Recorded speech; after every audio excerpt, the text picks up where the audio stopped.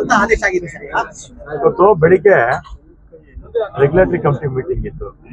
ಅಲ್ಲಿ 12,000 ಕ್ಯೂಸೆಕ್ ನೀರು 15 ದಿನ ಬಿಡಿ ಅಂತ ಹೇಳಿದ್ದಾರೆ.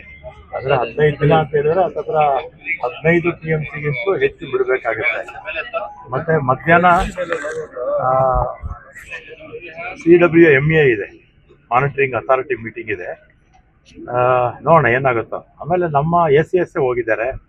ಆಮೇಲೆ ನಮ್ಮ ದೆಹಲಿಯಲ್ಲಿ ಇರ್ತಕ್ಕಂಥ ನಮ್ಮ ವಕೀಲರು, ಅವರು ಸುಮಾರು 15-20 ವರ್ಷದಿಂದ ಅವರೇ ಈ ಕಾವೇರಿ ವಿಚಾರದಲ್ಲಿ ಅಥವಾ ಕೃಷ್ಣಾ ವಿಚಾರದಲ್ಲಿ ಅವರೇ ನಮ್ಮ ರಾಜ್ಯದ ಪರವಾಗಿ ವಾದ ಮಂಡಿಸ್ತಾ ಇರ್ತಕ್ಕಂಥವ್ರು. ಮತ್ತು ಇಲ್ಲಿ ಎಕ್ಸ್ಪರ್ಟ್ಸ್ ಇದಾರಲ್ಲ, ಟೆಕ್ನಿಕಲ್ ಎಕ್ಸ್ಪರ್ಟ್ಸು ನೀರಾವರಿ ಕ್ಷೇತ್ರದಲ್ಲಿ, ಅವರೆಲ್ಲ ಕೂಡ ದೆಹಲಿನಲ್ಲೇ ಇದ್ದರು.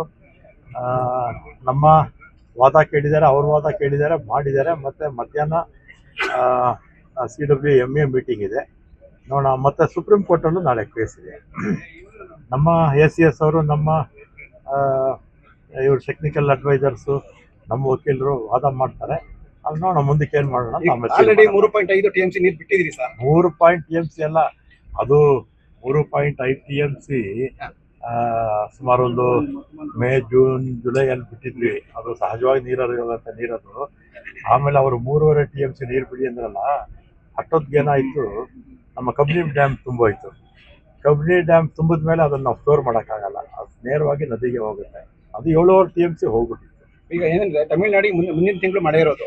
ಆಮೇಲೆ ಇನ್ನೊಂದು ನಮ್ಮದು ಮುಂಗಾರು ಮಳೆ, ನಮಗೆ ಮುಂಗಾರು ಮಳೆ ಇನ್ಮೇಲೆ ಕಡಿಮೆ ಆಗುತ್ತೆ. ಬಂದರೆ ಆಗಸ್ಟಲ್ಲಿ ಬಂದಂಗೆ ಆಮೇಲೆ ಇಲ್ಲ. ಅವ್ರಿಗೆ ತಮಿಳ್ನಾಡಿಗೆ ಹಿಂಗಾರು ಮಳೆ ಬಿಡುತ್ತೆ. ಅವ್ರಿಗೆ ಇನ್ನೂ ಅವಕಾಶ ಇದೆ. ನೋಡೋಣ, ನಮ್ಮ ವಾದ ಮಾಡ್ತಾರೆ. MA ಇದೆ, ಮತ್ತು MA ಅಂದರೆ CWMA. ಆಮೇಲೆ ಸುಪ್ರೀಂ ಕೋರ್ಟಲ್ಲೂ ನಾಳೆ ಕೇಸ್ ಇದೆ. ಅದಾದ್ಮೇಲೆ ಮಾತಾಡಲ್ಲ. ಬೆಂಗಳೂರಲ್ಲಿ CM ನಿಮ್ಮ ಜೊತೆ ಚರ್ಚೆ ಮಾಡ್ತೀನಿ ಅಂತ ಹೇಳಿದರೆ ಏನಾದ್ರು ಮಾತಾಡಿದ್ರೆ? ನಾನು ಇಲ್ಲ ಮೀಟಿಂಗಲ್ಲಿ ಇದ್ದಲ್ಲ, ಈ ಕಾರಲ್ಲಿ ಕೂತ್ಕೊಂಡು ಮಾತಾಡ್ತೀನಿ. ಸರಿ ಸರ್. ಬಟ್ ಅಂದ್ರೆ ಈಗ ಮಧ್ಯಾಹ್ನ ಆದೇಶದ ಮೇಲೆ ಅದೇ ಡಿಪೆಂಡ್ ಆಗಿದೆ, ಏನು ಮಾಡೋದು. ಮಧ್ಯಾಹ್ನನೂ ಇದೆ, ನಾಳೆನೂ ಇದೆ, ನಾಳೆ ಸುಪ್ರೀಂ ಕೋರ್ಟ್ ಇದೆ. ಆಮೇಲೆ ಮಾತಾಡ್ತೀನಿ. ಸರಿ ಸರ್.